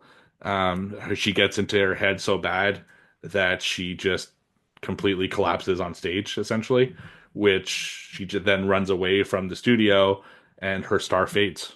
That's kind of the last shot is her star fading away because she's like left fame. Yeah. So how So do you take? I'm sorry, but how do you take like the ending where she has like she's splattering the blood sort of like all over the whole audience there? Like, what's your perception on that? I feel that's like her basically saying like fuck you guys, I'm done. Like Yeah. I'm done with this bullshit. I'm done being who you want me to be. Mm-hmm. And she's just essentially like rage quitting Hollywood on stage. Mm-hmm. And which is why when she then leaves and then she collapses, she falls apart, and then her face slowly like gets onto her star, and she looks almost like content on her star, as if she's happy with the decision she made to let her star fade away, and then she fades away Mm-hmm. into the Fades into the star. star, Yeah. and then they clean her up and Mm-hmm. the stuff. does Yeah. she get with the other dude eventually? We don't know, right? Who That's knows what all up to. I happens? hope so because that guy looked like a nice guy. Do Yeah. you think there's any perception of maybe she committed suicide at the end? It's possible. Right. It's yeah. I mean, it could be up to any interpretation at that Right. point, but So who banged the motorcycle guy? That would be Elizabeth Mm. after she has plastic surgery. it's her. Yeah, it's Yeah. her as Confident Sue, right? So Okay. Mm-hmm. yeah. Now I'm gonna give you guys a big swerve and tell you that the Oh. movie is actually something about something else. Oh, there's a Secretly, bigger swerve. yeah. And I saw Kahani. I saw it. I Oh, saw it. let's go, Lily. Oh, It boy. wasn't fucking lost on me, but Where are we Oh, going wow. here? Here we okay. go. So this whole movie is a metaphor for Ric Flair's career. The whole movie is about this. So it starts off, he's young, he's going super well, and then it's not going as well. So he starts like seeing body images. He can't perform as well as he used to. He falls apart as he did in real life, but he decides to have one last match. And even though he's decrepit, he's fucking falling apart, he walks into his own music, I might say, when he comes out on stage, and then absolutely like bombs his final performance. I knew it the whole Okay. time. Well, It was a Ric Flair she's a big story. wrestling fan, Yeah. allegedly. You heard it here. Yep. What if she emails you like, "Oh my gosh, you're the only person Yeah, that." the only one who caught it. I mean, she fucking put his music right in it. Like, I know it's not his Gosh. music if he uses a very popular song, but it was Well, yeah. I like it. I Mhm. like it. What else we got here? Performance is great. Body horror, excellent. Ending, fucking cool. Oh my god, the Mhm. last 15 minutes. Holy It's Fuck, shit. dude, wild. it's Dude. insane. Wild. She like has a boob come out Insane. of her mouth, right? Yeah, Yeah, Like, she it's pukes what? up a breast. Yeah. Yeah, man, it's fucking. It just goes so fucking Does Dennis crazy. Quaid die? I forget. he just gets He sprayed. just get He just sprayed? gets sprayed with the How do we feel blood. about that? Do we want to come up with for him? Because he's a fucking dick. Yeah, Yeah. but I mean, most of these guys in Hollywood, like these, Yeah. most of them don't get their comeuppance. I don't think mean, it's about him, right? It's no, it's not. It's ultimately, not so about it's him. just Yeah, but you want to see some juice for him. Like, fuck that guy. Mhm. that's not how life works, you know. Well, Yeah. in this movie, it does. Hmm. He slipped down the stairs and died off screen. Ray Liotta Yeah. On blood. actually, I just Right. read Ray Liotta was actually cast Oh, For was he? that, as for that Dennis role. Quaid, but then he passed away. Oh, it would have been a good So role for him too. yeah, Ray Liotta Hmm. would have been good in that role too, for sure. Instead, But Dennis Quaid instead he was got great. Cocaine Bears his last fucking movie. Terror. Ugh. Unfortunate. Right? God. Yeah, talk Gosh. about a completely different Yeah. movie to end on. Yeah. I hate I'm that sure. movie so much. I'm sure there's a lot. I mean, I'm sure there's a lot of trivia on this. It's something I definitely want to read up on I want to watch it eventually. again. I'm sure. I just read too. I mean, it's based on Oscar Wilde's The Picture of Dorian Gray, so you could, Ooh, I I've read guess, that read book. into that. Yeah. Yeah. So it's based partly. Oh, It says shoot. partly inspired by it. All right. That hmm opens up another area of thought then. What's that? Because I've never read it. So if you Well, can you enlighten us? he's like a young it's like Victorian ages and he's a young hot dude and the way he keeps his hotness going is that he has a painting made for him and the painting ages, he doesn't. Hmm. And then when the painting gets destroyed, he automatically like just goes decrepit and falls apart. So I can okay. Interesting. I'm gonna have to think about that one. Huh. There's gonna be like all the women are gonna be like, God, you guys just did not fucking see. They're like, it's about fucking yeah, you fucking you guys have idiots. no fucking clue. You're right though. I can't wait to have this discussion on Discord because I think there's a lot that we probably missed as men. Oh, But for sure, as men, yeah. yeah, I You think watch this women. with Sam, Joe? Yeah, She liked it a lot? Sam loved Loved it. it? Yeah, Sam Okay. loved it. Nice. Yeah, we didn't really discuss it or go too deep into like everything about it, but yeah, it's Cool. definitely something I would definitely want to chat with her about Sweet, after sweet. this discussion, though. All right, What the gentlemen, fuck? is that about it? I think so. yeah. I All think so. right, man. Yeah, man. I mean, to me, it's one of the best of the year, for sure. I mean, I don't have many complaints. Like everything was just done so well here. So yeah, 4.5 out of 5 for me. It's definitely, I'm gonna teeter between this and Late Night with the Devil. I think for the rest of the year, we'll see what the rest of the year brings, if anything. Nosferatu is coming out though, Christmas, so that's definitely one I'm highly excited about as well. But I mean, easily gonna make my top 5 of the year. No doubt about that. If not top 2, maybe even number 1. I mean, it's just a fantastic movie all around. Yeah, 4.5 out of 5 for me. All right, strong score. I'm gonna have it sit at a 4 out of 5 for me. It's a really strong score, 4 out of 5, but it's definitely better than a 3.5. Looking at my other 3.5 ratings this year, I'm still digesting it though. It's sitting with me. I'm thinking about it. Now you're throwing in the Dorian Gray thing, Steve's theory of it being mostly in her head kind of thing. So, I mean, that's a good thing when the movie makes you think, right? There's a lot of hmm layers to it, and I would love Yeah. to watch this one again. But yeah, all the stuff I talked about already, strong performances, gore, body horror, uncomfortable scenes, things like that. So I'm at a very strong 4 out of 5. Top 10 for sure. Top 5, I don't know yet. We'll see. Yeah, and I'm right there with Joe. 4.5 out of 5. It's honestly pretty close to a 5 for me. If it wasn't so long, it just Yeah. I felt the runtime. Yeah, 2.5 unfortunately. hours is a little bit long. Yeah, for it's a sure. bit long, and I think they could have cut out a little bit of it. They just spent a really long time kind of showing Sue going out and about, and some of it was unneeded, in my opinion. Yeah, I like that. There's like the neighbor that shows up for really no reason. That guy's a fucking idiot, dude. There's no way he's landing her. Fucking, what's his name? Oh yeah.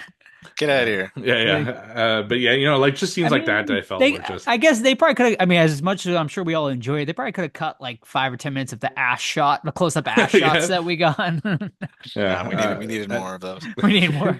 like even at the end when it's just like the like the regular girls on stage, even there, he was constantly their ass shots, and the boyfriend's ass shot at one point, his hairy ass shows up, and like it's a whole thing. But yeah, 4.5. I feel very strongly about this one. Will make my top 10 probably. Where it's going to be, who knows? You know, I've added 3 movies to my top 10 in the last week alone, so who knows what's going to happen. Yeah, but thank you, Zach, for picking it, because I don't know if we would have necessarily reviewed it as a main review. I'm really glad we did, because it's one of those that fun to discuss. Mm-hmm. Yeah, let me give Zach another little shout out here. Yeah, so another shout out to Zach. If you go over to Letterboxd, you can follow him by looking up ZTRIGG. That's ZTRIGG 15, and he has excellent reviews on Letterboxd. So I highly recommend you follow him. Awesome. Thank you, Zach. What do our friends at Letterboxd have to say about The Substance? I almost forgot. Currently sitting at a 3.9 out of 5 over on Letterboxd, so pretty dang high right there. I also think it's got a very high rating over on like Rotten Tomatoes and everything as well. So yeah, definitely one. I think that will make a lot of people's top of the year lists. Alrighty, gentlemen, that is going to wrap it up now for this week's episode. We hope you enjoyed our review of The Substance. Steven, what do we got next week? We got something we don't do often, surprisingly. We got a major hit that we're going to review, and this one is for an anniversary. It is the 40th anniversary of A Nightmare on Elm Street. So we're going to revisit the original film and really break it down, since we've probably all seen it like 10 times plus. And I think it'll be an interesting discussion. There's a lot to talk about, and I'm excited to do. We never really do the big ones. We don't do Halloween or we're gonna hit it. The original Nightmare on Elm Street, Freddy Krueger, just the whole thing. It's gonna be fun. 40 years, god damn it. 40 years anniversary of A Nightmare on Elm Street, ladies and gentlemen. So join us next week. You can probably watch Nightmare on Elm Street pretty much anywhere, I assume, at this point. So, you guys know the drill. But go and watch. I'm sure most of you have seen it. If you have not, no better time than now to watch it for its 40-year anniversary. So join us next week for the original A Nightmare on Elm Street. Can you believe we reviewed the remake before we reviewed the original? Kind of crazy to think about. And Freddy's dead, and fucking all the Freddy versus Jason. I think. All the other bullshit. We did 3 and 4 at some point. I guess we did talk about it during the Craven retrospective at some point, but now we're going to go, full breakdown on A Nightmare on Elm Street for next week. That should be a really fun discussion. All right. That's about it, folks. So don't forget, catch us on Instagram, Threads, Facebook, X/Twitter, whatever you want to call it these days. Is anyone calling it X, or are people still calling it Twitter? Have we moved on from Twitter? I think people call it X for now. Okay. They don't call it Zeets, though. That's just fucking ridiculous. Is that a thing? Zeets? Yeah, it's like tweets, right? Oh, okay. Zeets. Okay. Yeah, I know. It's dumb as shit. All right. Well, if you want to Zeet us, you can Zeet us over on X at any time. Facebook, Twitter, Instagram, Threads. Join us. Just search the Horror Squad Podcast. You can also email us anytime, thehorrorsquadpodcast@gmail.com. But the absolute best way to keep up with the podcast is our Discord, completely and totally free to join. It's linked over on our Instagram, or you can send us a DM or an email, and we will get you a link to join that Discord. Amazing community of fellow listeners and horror fans over there. We're all over there. We're talking anything and everything horror and non-horror 24/7 pretty much over there. So join us over on Discord. We got Movie Club every single month. You heard Steve talking about it. I heard Todd's bringing book club back. I just started that rumor out of nowhere, but maybe one day. Well, now I got it. But yeah, no, amazing. Lot of channels to sift through over there. So join us on our Discord. Also, if you haven't already, leave us a 5-star review on your favorite podcast app. We would appreciate that immensely. Or if you'd like to buy merch, tpublic.com, search the Horror Squad Podcast. All this is linked, I should mention, on our Instagram. But shout out. We get a bunch of fun designs over there, including our Hocus Pocus design that you probably saw at the event. We got our Halloween logo. We got the logo Chuck did for us for Sleepaway Camp. And of course, the original Monster Squad logo. And the final episode T-shirts are available, pillows, pretty much everything is available on there as well. If you want to show your support for the movie, wear a T-shirt out. People are like, hey, what's that awesome artwork I see on your T-shirt? And you say, well, I know these gentlemen that are making a little movie called The Final Episode, and then you can get the word out that way. That'd be pretty cool. Indiegogo, it's the final time we're going to mention it. This is it. There's like 4 or 5 days left. So head over to our Indiegogo, search The Final Episode, and donate a little money to help get this movie made. I mean, it's getting made. We're funded. Thank you. 114% currently. And yeah, I think that's about it, gentlemen. So we'll see you next week for A Nightmare on Elm Street. Bitch. Does See he ya. say bitch? I don't think he says bitch in the first one. No. Okay, He keeps I know it. where you're going with it, though. I He like keeps it. it scary. Bye. Right. Hello, everyone, and welcome back to the Horror Squad podcast, where today we have a very special returning guest to promote the newly released Perfectly Good Moment, which you can find on Tubi and Amazon Prime. Amanda James Stern. Welcome back to the show, Amanda. Thank you for having me. I'm excited to be here. It's been basically a year since we last talked. Yeah, absolutely. And I do want people to check out that episode because we had such a great discussion about Perfectly Good Moment. I'd reviewed it back then as well. Mhm. That would be episode 306, where we reviewed American Psycho, that episode. So definitely people should check that out. And I'm really curious now that the I have movie to is. say, that's Yeah. a perfect combination. It kind of is. Yeah, it worked out well. That's really, really perfect. Yeah, absolutely. And this week we're actually reviewing The Substance with this episode. So yeah, we're. You're tying me to great things. I love it. I saw that in theaters. Oh my God, that was fun. Okay, yeah, actually might pick your brain a little bit on that since we're reviewing this episode. It's actually a good time. And we're just saying on our episode that we wish we had a female voice on that episode because we're like 3 guys, and sure, we understand parts of it, but it's not, you know, Right. it's a lot about kind of women's body image and stuff like that. Yes. Yes, it is. We'll definitely get to that. But first, I do want us to say, okay, so now you have Perfectly Good Moment. It's out there. You know, people can watch it on Tubi, not just in the festival run. So how does it feel right now that, you know, your baby is just out there and you're letting people review it? And Oh God. Yeah, it's a little terrifying. It's also really, really interesting to see uh just because it is a movie that maybe isn't the most conventional thing genre-wise. We're playing with a few different genres, and it is very much a thing where my favorite movies are, and I know we've talked about this, I love older movies. So a lot of the things that I was pulling from when I was writing this are not new movies and are not necessarily genres that we're that used to anymore. right. There was definitely, and I was talking actually, there was like a critic who saw a friend of mine who had nothing to do with this movie, just a friend that I made on the festival circuit, tweeted it out. And so this guy sees this recommendation and went and watched it. And I was talking to him, and he was saying, yeah, there's a lot of the way that Steven's character David talks and the paternalism that he displays around wine, around even like the pizza, reminded me a lot of Last Tango in Paris and 9.5 Weeks. And I was wondering if anyone else has thought about that. And I said, no one's brought that up to me, but that is what I was thinking about when I was writing this, because that's what I have a very long history with Last Tango in Paris, and it's obviously very conflicted because who doesn't have a conflicted relationship to that movie? Right. But I did grow up on those kinds of erotic dramas where those relationships are sort of rosy light the way they're portrayed, and it's never really interrogated just how toxic it is.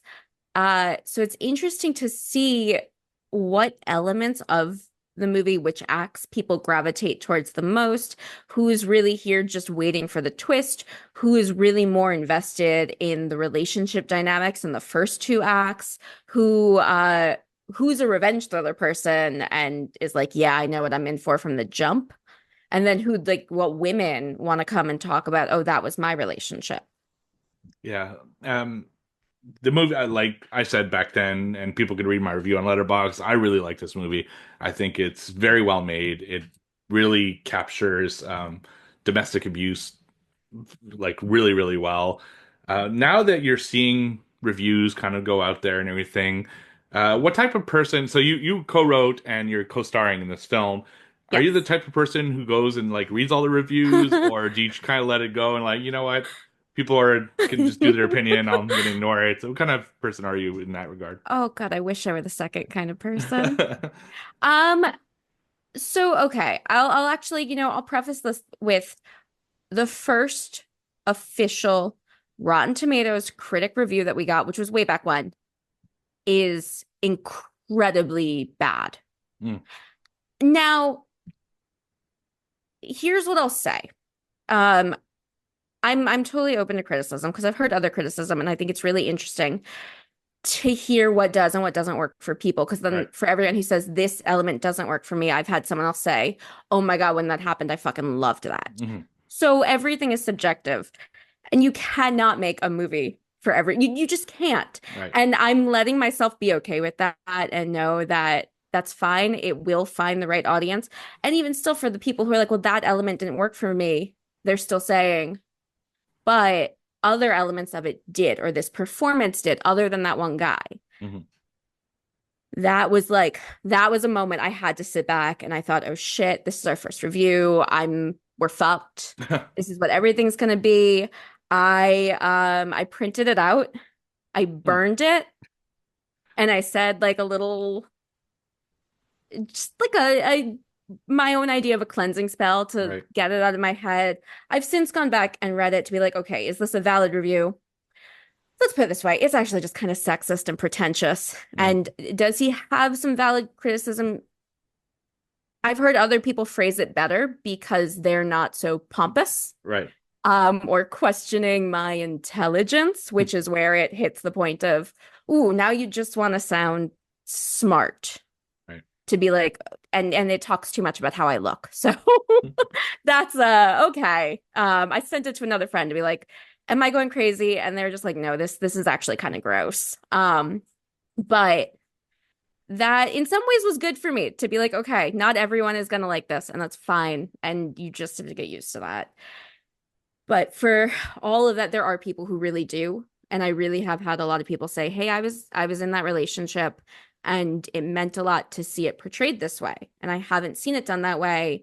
Or, I've seen these kind of revenge thrillers where it just becomes too absurd at the end, Hmm. where it becomes, physically violent in a way that doesn't really track. Whereas this, at least, the pieces were placed, So it's really interesting. And yes, I have been checking Letterboxd and IMDb, which is also personally just I want to see that people are watching it because it's not like Hmm. I can check, you know, Right. stats. I don't have any back end to Tubi or Amazon. I have absolutely no way to know, are people actually checking this out? You know? Right. Yeah, it must be quite a feeling to even know, like, you do see the reviews and you know they checked it out, and Yeah. even if there is some criticism, at least you know they're paying attention and they're actually, Right. especially if it's valid criticism. As a filmmaker, do you prefer to read kind of someone who isn't part of the movie industry, like someone on Letterboxd, rather than like a critic, or do you have like a preference of the two? I mean, honestly, a lot of critics aren't really even in the industry. Right. A lot, especially now, a lot of critics are freelance writers who can live anywhere and have nothing to do with, or they're podcasters who just really love movies. So it's really just kind of all over the place. But Mhm. yeah, it is interesting to hear what people who are not movie people say. Don't know. I mean, we've only been out a few days, so I don't know how many people have even watched it, who's said anything. It's not that much yet, Right. so we'll see. I'll probably hit a point where I just have to stop checking Right. for, sanity. For sure. Is this the point now where you're like, okay, this movie's out there, awesome, people are watching it, now it's time to really focus on something else? Or are you always going to kind of have, like, at what point do you let go and you just say, okay, it's out there? Or are you still kind of in that process of, okay, I'm gonna hold on Yeah, to the rope a little bit longer? I'm still in that process because it just came out, Right. and because it is such an indie, I have to promote, promote, promote. Mhm. I don't know when that ends. I am very excited to move on to other things. I know I was talking to you. I have a horror script that I Yep. really want to move on to. Um, But of course, the goal is that this can help us get money to do that. Right. So I don't know that there ever really is an end. Hmm. Now, speaking of your horror script, that's I don't know if it's still titled Beast with Two Backs. It's, Yes, it is. It yes, still is. yeah. So, what part of the process are you in now? So, okay. Oh God, I sent you a draft Yep, way back in when. March. Okay. It's many drafts beyond that. Okay. I don't know what that draft was. I don't know how that one ends. Okay. But we have a concept poster Oh, that was made by a graphic artist named Evan Ledestri. I think he like hand drew it and then it's beautiful. And that's it. That's where we are. It placed in the Austin Film Festival script competition this year, so that was cool. very cool. Actually, I think it was the draft that I sent you. That's Okay. what I would have submitted because their submissions were back in March. So Right. that would be the draft that placed. Again, it's been several drafts since that. Hmm. So yeah, now it's just hoping that this can help us find investors or attach some name actors in some of the supporting parts. Yeah, I did read the draft in March. It's been a little while, so Been a remembering hot the second. details is a little loose. Can you tell our listeners kind of what kind of film it is? Like, what Oh were your yeah. inspirations and all that stuff? So I like to describe that as if Hellraiser met Shape of Water. That's quite a pairing. Yes. I did have a script notes guy did once say it was like if Wes Craven made Shape of Water. So similar veins of it's a erotic creature feature. Nice, and there's definitely Yeah. room for that. A lot of people, Creature from the Black Lagoon, of course, Shape of Water was kind of a play on that, and Yep. there's definitely a market for that. But I with think. more levels of Hellraiser gore. Okay, amazing. Yep. We always love to hear that on this show. Oh Um, yes. Something that you said in when you were talking there that resonates with me, and I actually talked about in the podcast regarding the movie we're making, Mhm. is using like real artists to make things like posters and promotional Yes. art and things like that. I know that's something that was very important to us. Is we could easily, I could go on my phone right now, do Messenger, just write something, get a cool poster out of it, and be done.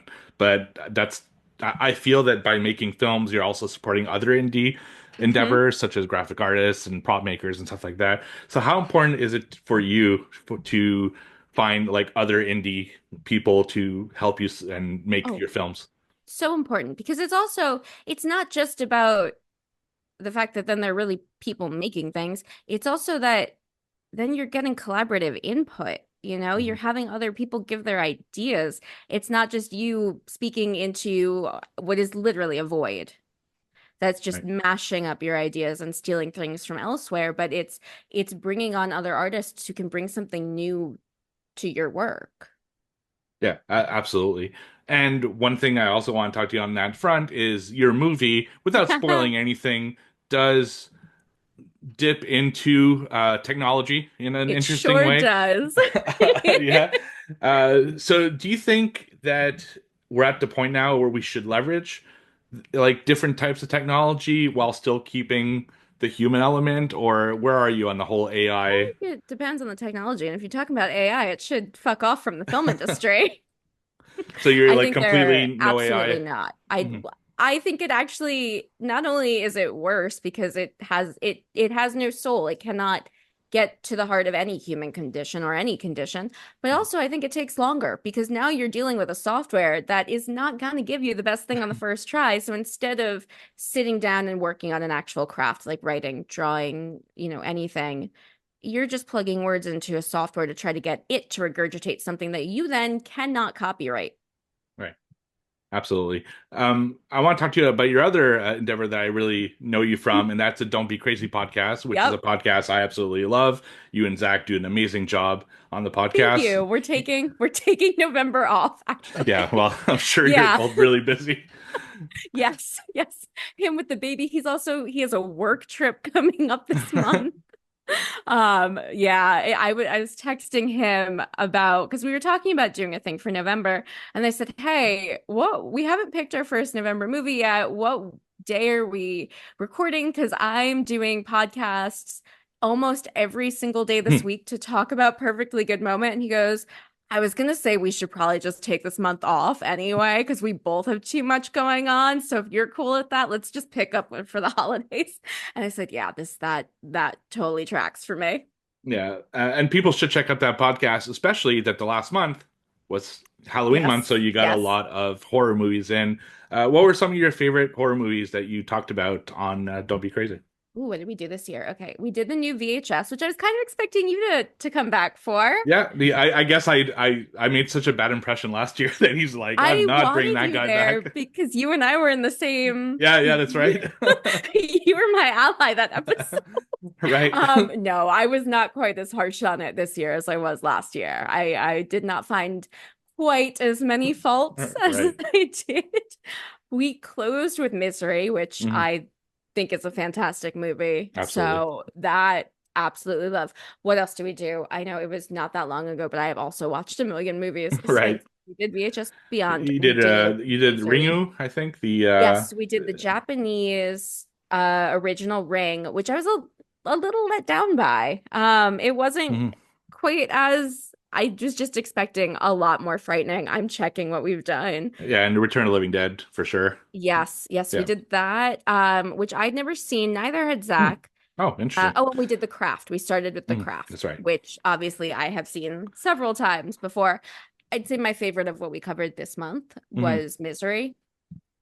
Yeah, yeah. I mean, Misery is an absolute classic Yeah, and character study, and yeah, performances, and Kathy Bates, one of the best performances maybe ever. Like, amazing. definitely in the top tier of.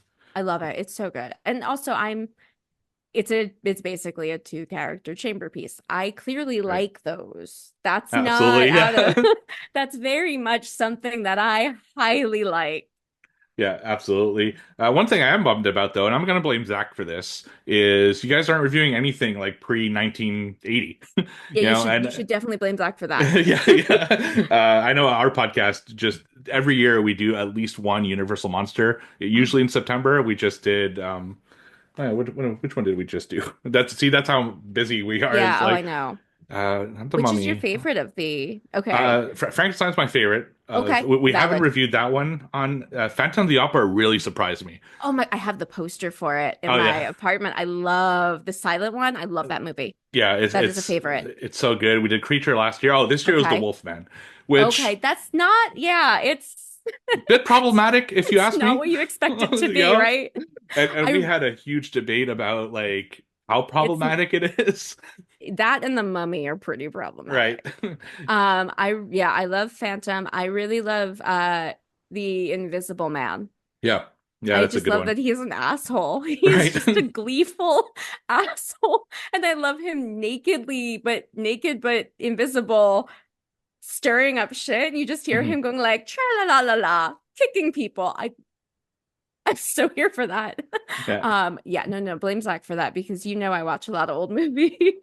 All right. So hopefully next year, don't be crazy. We'll Hopefully. be covering at least one thing that's black and white or like pre During 1960. during Pride Month, I made him do a 1971 Mm, Spanish Gothic vampire lesbian horror movie. He beautiful. was not into it. Right.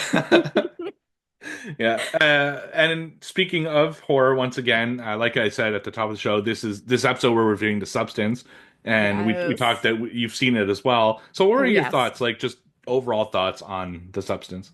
I had so much fun. I live in Brooklyn, right by one of the Nighthawk cinemas, and Mhm. Nighthawk cinemas are like people know Alamo more because that is Right. more of a franchise. They're in multiple states. Nighthawk is just here in Brooklyn. Hmm. But it's kind of like that, but even more is how Okay. I'd pitch it. The they don't do that many previews before a movie, and they do themed clips Nice. from other things that are on theme with the movie you're about to see. Okay. And they obviously do, themed drinks and food. So it's a good time and it's a good audience that goes there. Mhm. I I found it hilarious. I love body horror. I Mhm. love really, really, this is okay. This is something that Zach and I always disagree on. He gets real squicked out by Yeah, that ultra red, gooey, ooey blood. I love it. right. Just give me all of that in a movie. I am absolutely here for that. That's one of my favorite things. And that movie had so much of it, especially the shooting blood towards Oh the yeah. Oh end. my God, yeah. Oh, yes. Because what I really like about the end of that movie is that it goes there, but then it doesn't end. It just keeps going there Mhm. Yep. and going further and further and further and becoming grosser and more grotesque. And that's horror for me. Right. I mean, and sure, I'll say it's body horror.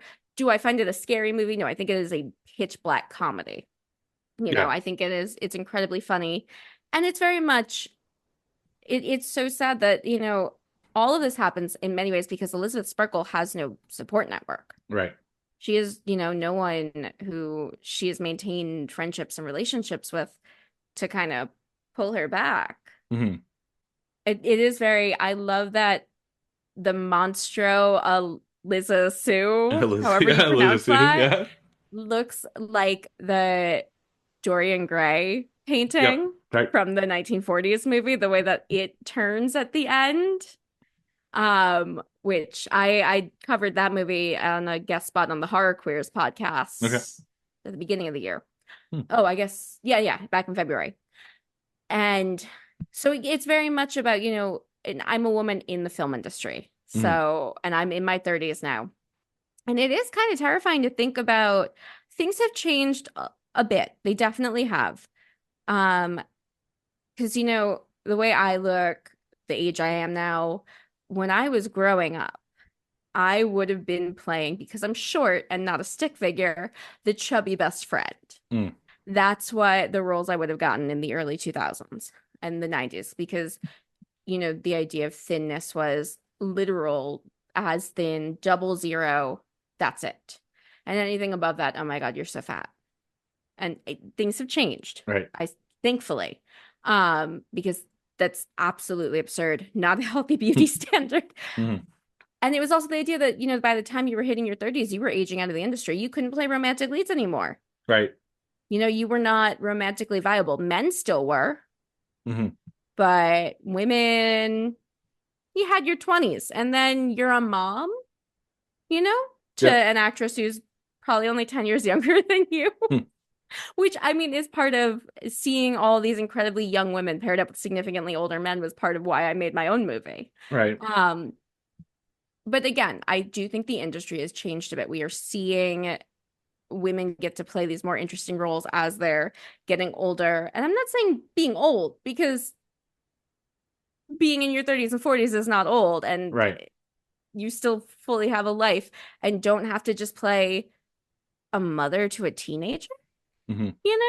Right. But that's really what that movie is getting at, that the moment you hit 50, that's it, that you have no more cultural cash, you're not fuckable anymore, which Right. of course is absurd Yeah. because it's Demi Moore, and yes, she is. Right. And anybody else would be like, she's drop dead gorgeous, but not that industry, Mhm. one that is that vain. No, absolutely. And the movie is so brilliant in the way that it executes all of these points, Yeah, mostly visually. Like, of course, there's a gorgeous. lot of dialogue as well, but visually, it's just a delight. And it's so weird because it's also so gross in a lot of ways, but they do it so Beautiful. well. Yeah, it's crazy, like just how And it's bright. It's so bright. I know it we is. always talk about movies being too dark, and not thematically dark, just I Right. can't fucking see what's going on. Right. Right. The movie was beautifully lit. It was gorgeous and it was bright. You could always see it. Right. Have you ever seen Society? No. Highly recommended. It's Okay. probably the movie that like I thought of the most while watching this. It's a Okay. movie from the 80s, kind of touching similar subjects. Very, very good. And it's incredible how it's like a modern version of Society. And yeah, Yeah, it's sad that we're still, grappling with these ideas. absolutely. Yeah. And this director, she made Revenge. I don't know if you've seen that one. Yes. Wow. Just what a great I remember career trajectory. programming that back when I was in distribution because that came across my desk. Oh yeah, Yeah, that was when I was doing new releases for movies on demand. That came across my desk. Mhm. And I remember that one. Right, for sure. So good. Like we covered it on our podcast. My God, I think that was episode 117, and we're at like 355. So You've done a lot. yeah, Yeah. it's been a while, but And clearly, I mean, I love a revenge movie. right. Again, as a genre. See, it's all coming together. It's yeah. So just getting back before we finish off with the movie, Yeah. what would be the message that you would want to give to our listeners as to why they should watch Perfectly Good Moment, other than me saying watch it because it's really good? Yeah, okay. If you've ever watched Last Tango in Paris and thought, I like that she kills him at the end. Hmm. Huh, what if we got more of that? Or you watched 9.5 Weeks and you thought, I like that she tells him off at the end, but I really wish she took him down a peg quite a bit more. Or you really like Hard Candy. Or you're now just thinking about Rebecca Bunch and Crazy Ex-Girlfriend going, revenge. This is the movie for you. Yeah, I completely agree. It's awesome. Like it's not very horror. You know, we're a horror No, podcast. it's a thriller. It's more of a thriller. But I think people who enjoy horror will enjoy the movie as well. Like it's just that kind of movie where it's just really well made and well executed. And it has layers to it, and yeah, I was just saying we were talking about this interview and the movie and stuff like that. And the way I put it best, and this is how I'll close off before kind of doing socials and stuff, is I watch like a lot of movies, for this podcast, other podcasts. Last year I watched 446 movies, according to Letterboxd. And I'm trying to keep track. I'm doing a terrible job of keeping track on my Letterboxd, but yeah, I have no idea how many I watch. Right. And they start to blend together because you watch, especially I watched out of 446, probably 400 horror and 46 like non-horror. Yeah, but most of what I watch is horror thriller, so. Right. But here we are a year later, and I could probably re-review that movie as if I watched it yesterday because it was memorable in a way that marked me. And I just want to say you did a great job with it. Everyone that is involved, the director, you're the co-writer, the stars of the movie, everyone.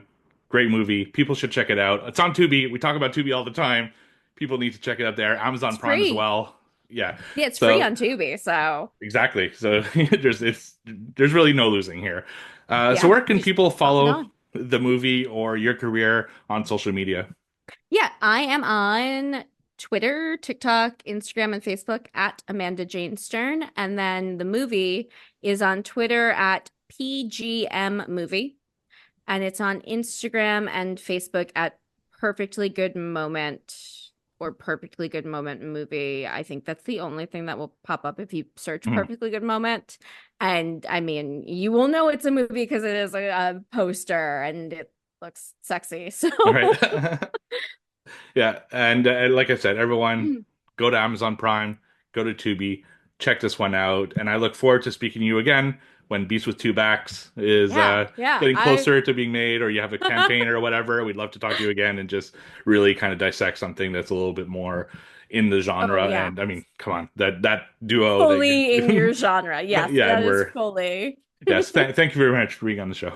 No, thank you. This was a blast.